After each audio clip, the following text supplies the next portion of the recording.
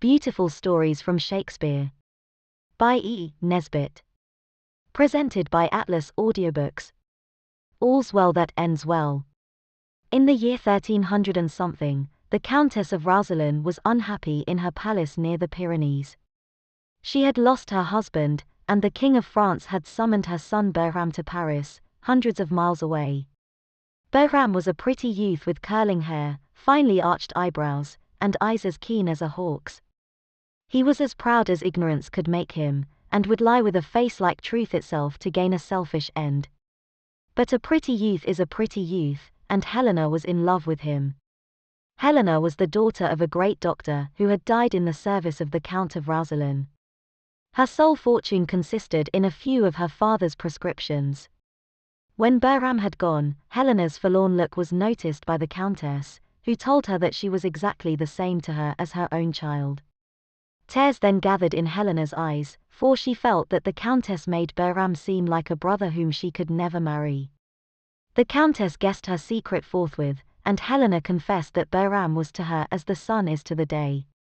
She hoped, however, to win this son by earning the gratitude of the King of France, who suffered from a lingering illness, which made him lame. The great doctors attached to the court despaired of curing him, but Helena had confidence in a prescription which her father had used with success. Taking an affectionate leave of the Countess, she went to Paris, and was allowed to see the king. He was very polite, but it was plain he thought her a quack. "It would not become me," he said, "to apply to a simple maiden for the relief which all the learned doctors cannot give me." "Heaven uses weak instruments sometimes," said Helena, and she declared that she would forfeit her life if she failed to make him well. "And if you succeed?" questioned the king. "Then I will ask your majesty to give me for a husband the man whom I choose." So earnest a young lady could not be resisted forever by a suffering king. Helena, therefore, became the king's doctor, and in 2 days the royal cripple could skip. He summoned his courtiers, and they made a glittering throng in the throne room of his palace. Well might the country girl have been dazzled, and seen a dozen husbands worth dreaming of among the handsome young noblemen before her. But her eyes only wandered till they found Behram. Then she went up to him, and said, "I dare not say I take you, but I am yours." Raising her voice that the king might hear, she added, "This is the man." "Behram," said the king, "take her, she's your wife." "My wife, my liege," said Behram. "I beg your majesty to permit me to choose a wife." "Do you know, Behram, what she has done for your king?" asked the monarch, who had treated Behram like a son. "Yes, your majesty," replied Behram, "but why should I marry a girl who owes her breeding to my father's charity?" "You disdain her for lacking a title, but I can give her a title," said the king, and as he looked at the sulky youth a thought came to him, and he added, "Strange that you think so much of blood when you could not distinguish your own from a beggar's if you saw them mixed together in a bowl." "I cannot love her," asserted Behram, and Helena said gently, "Urge him not, your majesty. I am glad to have cured my king for my country's sake." "My honor requires that scornful boy's obedience," said the king. "Behram, make up your mind to this. You marry this lady, of whom you are so unworthy, or you learn how a king can hate. Your answer?" Behram bowed low and said, "Your majesty has ennobled the lady by your interest in her. I submit." "Take her by the band," said the king, "and tell her she is yours." Behram obeyed, and with little delay he was married to Helena. Fear of the king, however, could not make him a lover. Ridicule helped to sour him. A base soldier named Paroles told him to his face that now he had a kikiwiki, his business was not to fight, but to stay at home. Kikiwiki was only a silly epithet for a wife, but it made Behram feel he could not bear having a wife, and that he must go to the war in Italy, though the king had forbidden him. Helena he ordered to take leave of the king and return to Roussillon, giving her letters for his mother and herself. He then rode off, bidding her a cold goodbye. She opened the letter addressed to herself, and read, "When you can get the ring from my finger you can call me husband, but against that, when I write never."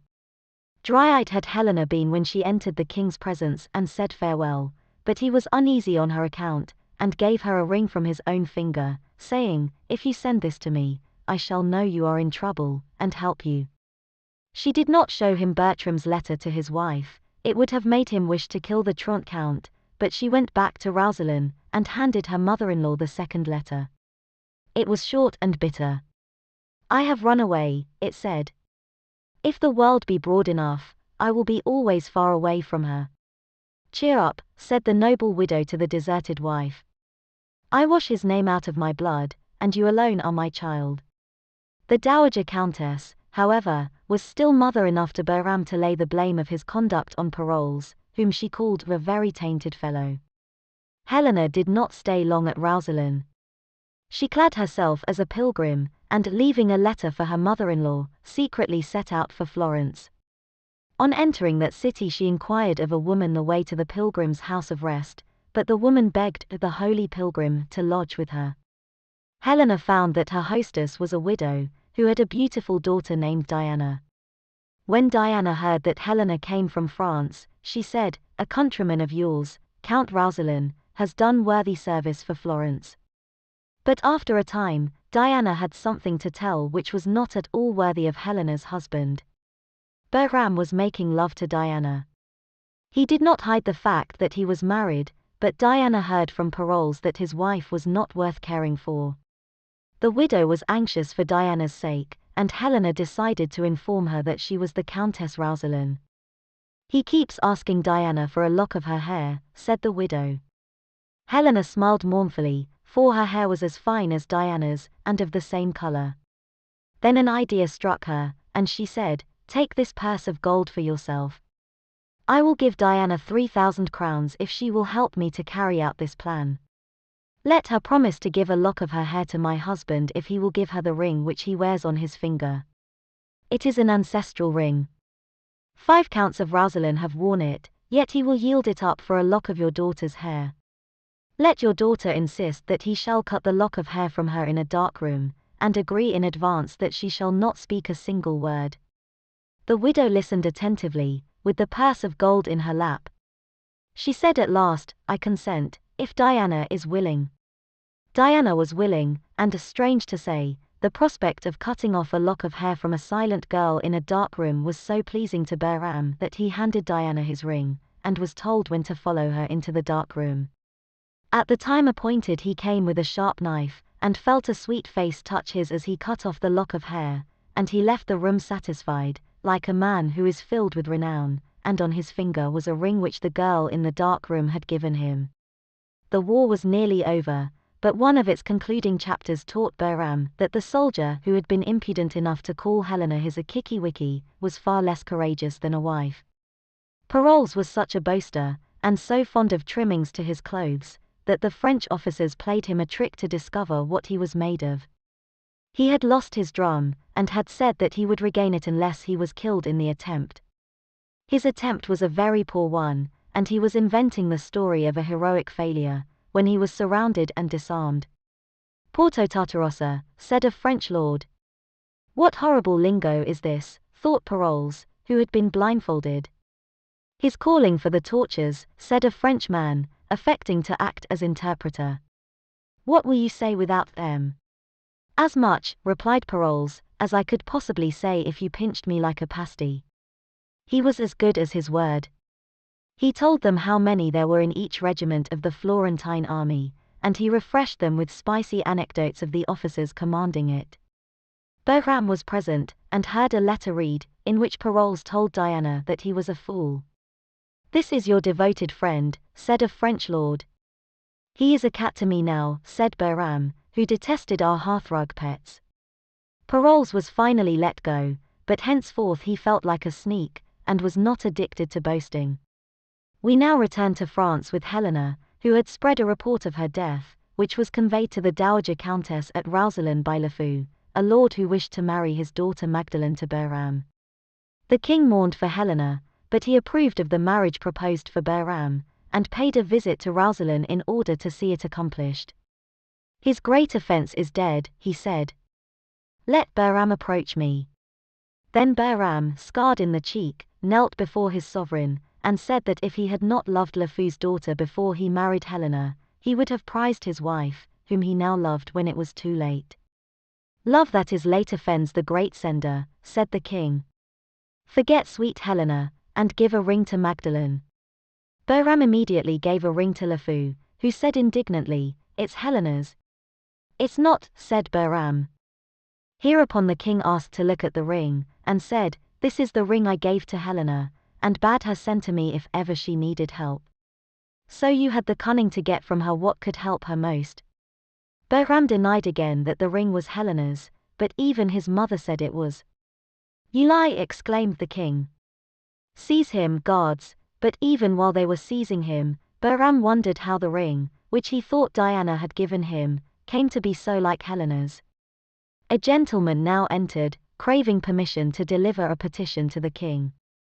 It was a petition signed Diana Capulet, and it begged that the king would order Bahram to marry her whom he had deserted after winning her love. I'd sooner buy a son-in-law at a fair than take Bahram now, said LeFou. Admit the petitioner, said the king. Bahram found himself confronted by Diana, and her mother. He denied that Diana had any claim on him, and spoke of her as though her life was spent in the gutter. But she asked him what sort of gentlewoman it was to whom he gave, as to her he gave, the ring of his ancestors now missing from his finger. Bahram was ready to sink into the earth, but fate had one crowning generosity reserved for him. Helena entered. Do I see reality? Asked the king. Oh, pardon. Pardon, cried Bahram. She held up his ancestral ring. Now that I have this, said she, will you love me, Bahram? To the end of my life, cried he. My eyes smell onions, said LeFou. Tears for Helena were twinkling in them. The king praised Diana when he was fully informed by that not very shy young lady of the meaning of her conduct. For Helena's sake she had wished to expose Bertram's meanness, not only to the king, but to himself. His pride was now in shreds, and it is believed that he made a husband of some sort after all.